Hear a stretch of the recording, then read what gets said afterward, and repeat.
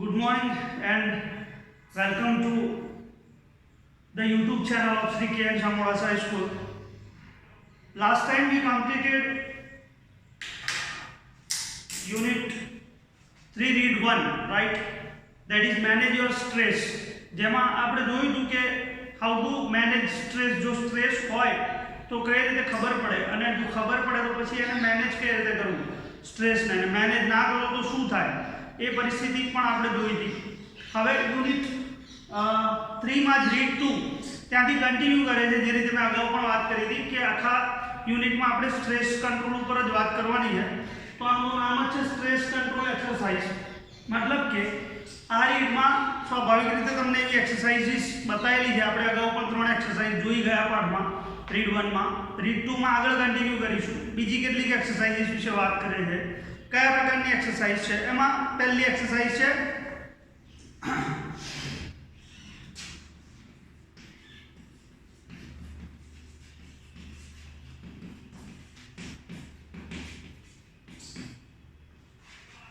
Short meditation 1. હવે meditation કરવાનું કહે છે. મેડિટેશન આમ તો બેસ્ટ વે છે સ્ટ્રેસ દૂર કરવાનો. મેડિટેટ કરવું પણ એટલું સરળ નથી હોતું. મેડિટેશન એટલે ધ્યાન, બરાબર છે. એક રીતે જુઓ તો બહુ સરળ પ્રક્રિયા છે, કોઈ રોકેટ સાયન્સ નથી એમાં. પણ એક રીતે જુઓ તો તમારે ફોકસ કરવું, એક જગ્યા ઉપર ધ્યાન કરવું, મનને શાંત કરવું થોડું અઘરું કામ છે. શોર્ટ મેડિટેશન અહીંયા ટૂંકા ધ્યાનની વાત કરે છે. અહીંયા એ ધ્યાનની જે લોકો એક્સપર્ટ હોય છે મેડિટેશનમાં ને ઘણું લાંબુ મેડિટેટ કરી શકતા હોય છે એવા કોઈ મેડિટેશનની વાત નથી. બહુ સરળ સાદી આપણા જેવા સામાન્ય માણસો કરી શકે એવા મેડિટેશનની વાત છે. શું કહે છે જુઓ. Make yourself comfortable and close your eyes. પહેલાં તો વ્યવસ્થિત બેસી જાઓ, જ્યાં બેસવું હોય નીચે જમીન પર યા ચેરમાં, જ્યાં બને ત્યાં સુધી જમીન પર બેસવું સારું રહે છે. તો બેસી જાઓ, આંખો બંધ કરો. Choose a word that symbolizes calmness to you. હવે એવો શબ્દ મનમાં સિલેક્ટ કરો, એવો વર્ડ સિલેક્ટ કરો જે તમારા માટે જેનો મીનિંગ થતો હોય કામનેસ. કામનેસ એટલે શાંતિ, પરમ શાંતિ, રાઈટ? તો જેનાથી તમને કામનેસ મળતી હોય, શાંતિ મળતી હોય એવો શબ્દ સિલેક્ટ કરો. શાંતિ કેવા શબ્દો હોઈ શકે? તો કહે છે કે હાર્મની હોઈ શકે, ટ્રેન્ક્વિલિટી હોઈ શકે, સેરેનિટી હોઈ શકે, પીસ ઓર રિલેક્સ. આમ તો બધા શબ્દોનો ઓવરઓલ મિનિંગ જોવા જાઓ તો ક્યાંક ને ક્યાંક એક જ મિનિંગ આવે છે, એ છે શાંતિ, બરાબર છે. પછી શાંતિના સંદર્ભમાં જોઈએ કે આરામના સંદર્ભમાં જોઈએ કે રાહતના સંદર્ભમાં જોઈએ, રાઈટ? તો ટૂંકમાં બધા શબ્દો ક્યાંક ને ક્યાંક શાંતિને શાંતિ સમજાવે છે કે શાંતિ આનાથી મળે. આ શબ્દ એ શાંતિને રિપ્લેસ કરે છે, એનું સિનોનિમ છે એવું કહી શકાય. તો એવો શબ્દ સિલેક્ટ કરો. આપણે ઇંગ્લિશમાં પણ કરી શકીએ, ગુજરાતીમાં પણ કરી શકીએ. આપણે મેડિટેશન કરતા ત્યારે શાંતિ અથવા આરામ અથવા રાહત, રાઈટ? તો એ શબ્દ તમે સિલેક્ટ કરો. પછી શું કહે છે? Meditate on your ચૂઝન word. હવે જે વર્ડ તમે સિલેક્ટ કરો એના ઉપર મેડિટેટ કરો. મતલબ કે તમને સ્પષ્ટપણે એ વર્ડ દેખાવો જોઈએ આંખો બંધ કરીને. કોશિશ કરો કેટલો ક્લિયર દેખાય. Visualise scenes. એ શબ્દ દેખાઈ ગયો. પછી શું કહે છે? Visualise scenes that tie in with the word or build up mental images that illustrate the world. પછી એનાથી આગળ વધો એક સ્ટેપ. Visualise scenes. હવે એવા સીન જોવાનો પ્રયત્ન કરો, એવા દ્રશ્યો જોવાનો પ્રયત્ન કરો કે જેને તમે આ શબ્દ સાથે સાંકળી શકો. મતલબ કે તમને શાંતિનો અનુભવ ક્યારે થાય છે, તમે કયા પ્રકારની પ્રક્રિયામાં ઇન્વોલ્વ હોવ છો ત્યારે તમને શાંતિનો અહેસાસ થાય છે. બધાની અલગ અલગ પ્રક્રિયાઓ હોય છે. જેમ કે કોઈકને સ્પોર્ટ્સ રમવામાં શાંતિ મળે છે, તો એ સ્પોર્ટ્સની કેટલીક જેને કહેવાય સીન્સ કેટલાક યા તો ક્લિપ જેને કહેવાય એ મહેસૂસ કરી શકે. કોઈને લાગે કે હું ગાર્ડનમાં ફરતો હોય તો મને શાંતિ મહેસૂસ થાય, તો ગાર્ડનમાં ફરવાનો સીન એની સાથે બિલ્ડઅપ કરી શકે જ્યારે પણ ગયો હોય. કોઈ કુદરતી સિનારીઓમાં દરિયા કિનારે ચાલવાનો સીન હોઈ શકે, રાઈટ? તો whatever scenes are there, એ જે દ્રશ્યો તમારા હોય જેને તમે તમારી લાઈફ સાથે સાંકળી શકો અને જે તમને શાંતિ મહેસૂસ કરાવતા હોય. યા તો એમ કહે છે કે or build up mental images that illustrate the world. યા તો જો સીન ના આવતા હોય મગજમાં તો ખાલી એવી ઇમેજીસ યાદ કરો તમારી લાઈફના અનુભવો પરથી. તમે ક્યાંક તો એવો અનુભવ થયો જ હોય કે જ્યાં તમને શાંતિનો અહેસાસ થયો હોય. તો એ પ્રકારના જે પણ એક્સપિરિયન્સીસ થયા, જ્યાં ફરવા ગયા હતા તમે, યા રમવા ગયા હતા વગેરે વગેરે, તો એ પ્રકારની ઇમેજીસને યાદ કરવાનો પ્રયત્ન કરો. You can also spend some time imagining what it would feel like if you experienced harmony or tranquility inside yourself. તમે થોડો સમય મેડિટેશનમાં એવું ફીલ કરીને પણ પસાર કરી શકો કે જો તમને અંદરથી શાંતિ મહેસૂસ થાય, હાર્મની અંદરથી, તો કયા પ્રકારની ફિલિંગ આવશે, કેટલો આનંદ આવશે, કેટલી રાહત મળશે. ઓપન યોર આઈઝ અગેન અને પછી આંખો ખોલી નાખો. આ એક મેડિટેશન થયું, બરાબર છે. પછી સેકન્ડ પદ્ધતિ સમજાવે શોર્ટ મેડિટેશન 2. શોર્ટ મેડિટેશન કરવાની બીજી એક પદ્ધતિ. ચલો આ પદ્ધતિ એક છે, એક બીજી પદ્ધતિ પણ છે. Pick a material such as dress fabric, a stone, a piece of wood or anything else that appeals to you. Pick a material such as dress fabric. કોઈક મટીરિયલ લો તમારા હાથમાં મટીરિયલ, યા લાઈક ડ્રેસ ફેબ્રિક એમ કહે છે, કાપડનો કોઈ ટુકડો હોઈ શકે, ફેબ્રિકનો મતલબ કાપડનો કોઈ ટુકડો હોઈ શકે સારો, મતલબ કે જે તમને ગમતો હોય એ પ્રકારનો ટુકડો. સ્ટોન, પથ્થર, સરસ પથ્થર તમે જોયા હશે ક્યારેક, અદ્ભુત પથ્થર હોય છે, રાઈટ, જે શો પીસ માટે એના માટે વપરાતા હોય. કુદરતી મળી આવતા પથ્થરો પણ કેટલાક બહુ ખૂબસૂરત હોય. તો એવો કોઈ પથ્થર છે તમારી પાસે તો એ હાથમાં પકડો. અ પીસ ઓફ વુડ, યા તો કોઈ એવો લાકડાનો ટુકડો, ફર્નિચરનો ખૂબસૂરત ટુકડો જેના ઉપર ખૂબ સરસ કામ થયેલું હોય. Or anything else that appeals to you, યા તો કોઈ પણ એવી વસ્તુ ઘરમાં કે જે તમને ગમે છે, જે તમને પસંદ હોય, જેની સાથે તમે રહેતા હોય, આજુબાજુમાં રહેતી હોય તમારા, રાઈટ, કોઈ પણ આ પ્રકારના material. with your eyes closed explore the texture of this material. હવે આંખો બંધ કરજો એન્ડ શું કહે છે, explore the texture of this material. Texture એટલે વણાટ, રચના, બનાવટ. એ જે પણ વસ્તુ જેનાથી બનેલી છે, સપોઝ કે મારા હાથમાં એક લાકડાનો ટુકડો છે and I close my eyes, તો હું આંખો બંધ કરીને એના વણાટને મહેસૂસ કરવાનો પ્રયત્ન કરું છું કે કેટલું સરસ રીતે બનાવવામાં આવ્યું છે, કઈ રીતે બનાવવામાં આવ્યું છે, વગેરે વગેરે. ટૂંકમાં આ બધી જ પ્રક્રિયા કરવાનું કારણ એકમાત્ર છે કે તમે તમારું સંપૂર્ણ ધ્યાન 100% ધ્યાન ત્યાં કેન્દ્રિત કરવાનો પ્રયત્ન કરો, રાઈટ. આગળ શું કહે છે, spend at least 2 minutes doing this. લગભગ 2 મિનિટ પસાર કરો આ કામ કરવામાં, તો તમને તમારું ધ્યાન એક જગ્યાએ આવી જશે, તમને રિલેક્સેશન ફીલ થશે. હવે નેક્સ્ટ એક્સરસાઇઝ ઉપર જઈએ.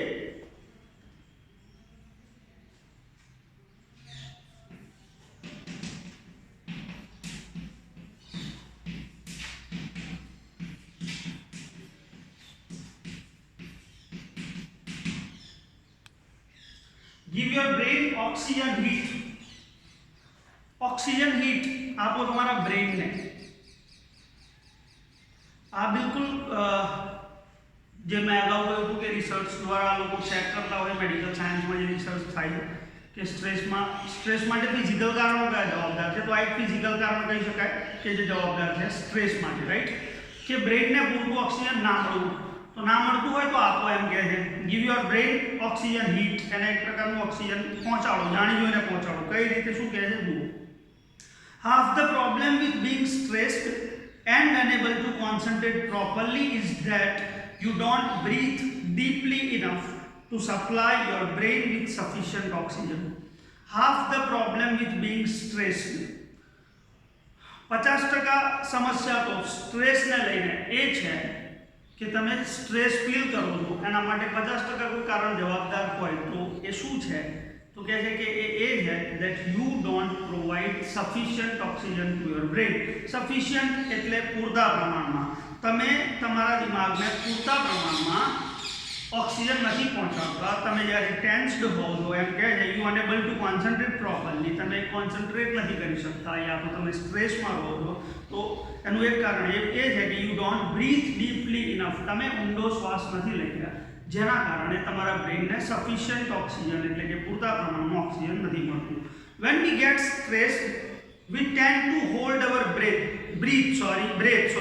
When we get stressed, we tend to hold our breath only breathe in a shallow way. આ જોજો, આ બે પ્રોનાઉન્સિએશન જે હું બોલી રહ્યો છું કે એક બ્રેથ બોલાય છે અને એક બ્રીથ બોલાય છે, જ્યારે ક્રિયાપદ તરીકે વપરાય છે આ શબ્દ BREATH, તો એ બ્રીથ પ્રોનાઉન્સિએશન થાય છે.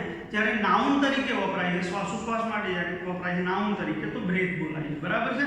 તો કહે છે કે when we get stressed, જ્યારે આપણે સ્ટ્રેસ્ડ હોઈએ છીએ ને, જાણે તણાવમાં હોઈએ, ટેન્શનમાં, we tend to hold our breath. તો એ વખતે આપણે આપણા શ્વાસને રોકીએ. આપણને ખબર નથી હોતી, પણ આવું બને છે હકીકતમાં કે તમારો શ્વાસ છે ને એ ધીમો થાય, બંધ નથી થઈ જતો. બંધ થાય તો તમે જાણો છો શું થાય, પણ બંધ નથી થતો. Or only breathe in a shallow way, આ તો આપણે ઉપર શ્વાસ લઈએ ખાલી જીવવા માટે, મતલબ કે એટલો શ્વાસ લઈ લે બોડી કે જીવી લો, તમે જીવી શકો, right.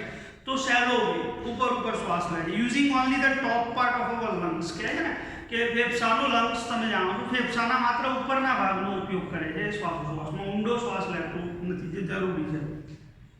In order to deepen your breathing and get oxygen all the way up into the brain again, do the following exercise for 2 minutes.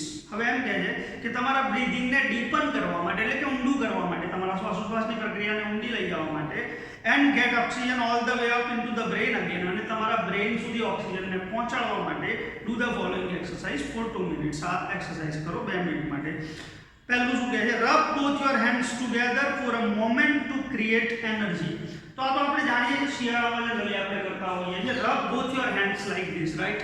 Rub your hands two create energy. એનાથી શરીરમાં energy create થાય છે અને શ્વાસોશ્વાસની પ્રક્રિયા પણ થોડી fast પણ થાય છે અને ડીપન પણ થાય છે. Next, place your palms one on top of the other and the area just below your naval.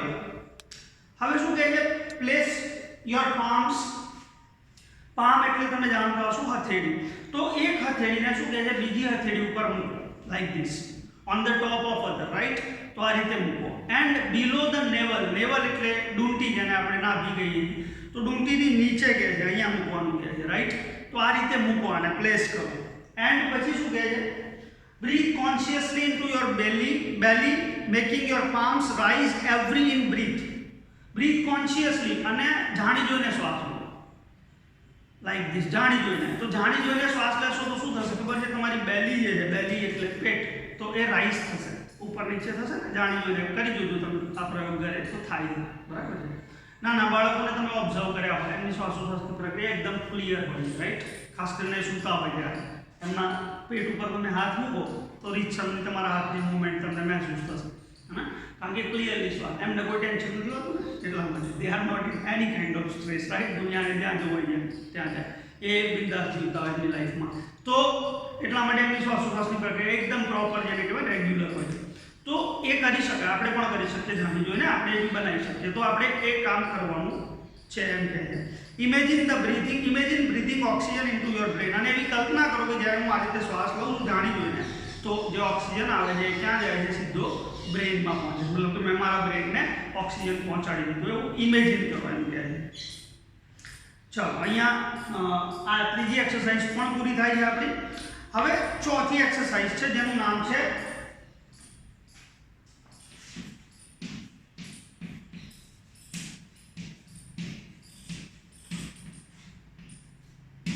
The crown pool. Title પરથી તો સંપૂર્ણ ખ્યાલ નહીં આવે કે શું કહેવા માંગે છે, કારણ કે પૂલ એટલે ખેંચવું થાય, ક્રાઉન એટલે તાજ થાય. તાજને આને બહુ લેવા દેવા નથી જોતી. કનેક્શન એટલું જ છે કે તાજ તમે જોયો હશે કે આ રીતે પહેરાવવામાં આવે, આ ભાગમાં પહેરાવવામાં આવે માથાના, રાઈટ? તો આ જે ભાગ છે ને એને ક્રાઉન કહે છે. અહીંયા ધ ક્રાઉન પૂલ, એને ખેંચવાનું કહે છે. હવે ખેંચવું ઇન વિચ સેન્સ છે? અને આમાં આ એક્સરસાઇઝમાં પર્ટિક્યુલરલી કેટલાક શબ્દો આવશે જે બહુ થોડું ડિફિકલ્ટ પણ છે, બોલવામાં પણ ડિફિકલ્ટ છે, એના મિનિંગ પણ ડિફિકલ્ટ છે, રાઈટ? તો આપણે થોડું વધારે ધ્યાનથી સમજવાનો પ્રયત્ન કરીશું. આને શું કહે છે? when we breathe there is a microscopic movement of the cranial bones which in turn allows the cerebrospinal fluid to move freely through the spinal column and the skull.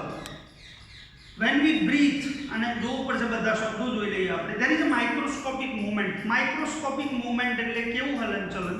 સૂક્ષ્મ હલનચલન, જે નજરે આપણે સીધી નજરે ના જોઈ શકીએ, રાઈટ? એના માટે માઇક્રોસ્કોપનો યુઝ કરવો પડે. Of the cranial bones. Cranial bones આપણી ખોપરીમાં કેટલાક હાડકા રહેલા છે, ક્રેનિયલ બોન્સ રહેલા છે. એ બોન્સ જે છે એ મૂવમેન્ટ થાય છે, which in turn allows the cerebrospinal fluid. પહેલા શબ્દો જોઈએ તો cerebrospinal fluid એનો અર્થ કરશો તો મસ્તિષ્ક મેરુ જળ એવો અર્થ થાય છે. એનું ગુજરાતી પણ એટલું જ ઓકવર્ડ લાગે છે, પણ એટલું યાદ રાખી શકું કે અંદર આપણી ખોપરીમાં એક લિક્વિડ રહેલું છે. એ લિક્વિડ તેને cerebrospinal fluid કહેવામાં. ફ્લુઇડ એટલે પ્રવાહી, તમે જાણો છો. To move freely through the spinal column and the skull. Spinal column એટલે આપણા કરોડરજ્જુની કોલમ, અને સ્કલ એટલે ખોપડી. તો આમાં આ પ્રવાહી ફરે છે. ફરીથી જુઓ આખું વાક્ય. when we breathe, જ્યારે આપણે શ્વાસ લઈએ છીએ જાણી જોઈને અથવા રેગ્યુલરલી નોર્મલી નેચરલી શ્વાસ લઈએ છીએ, there is a microscopic movement of the cranial bones. એ વખતે આપણા ક્રેનિયલ બોન્સમાં સૂક્ષ્મ હલનચલન થાય છે. એ હલનચલનથી શું થાય છે તમે જુઓ, which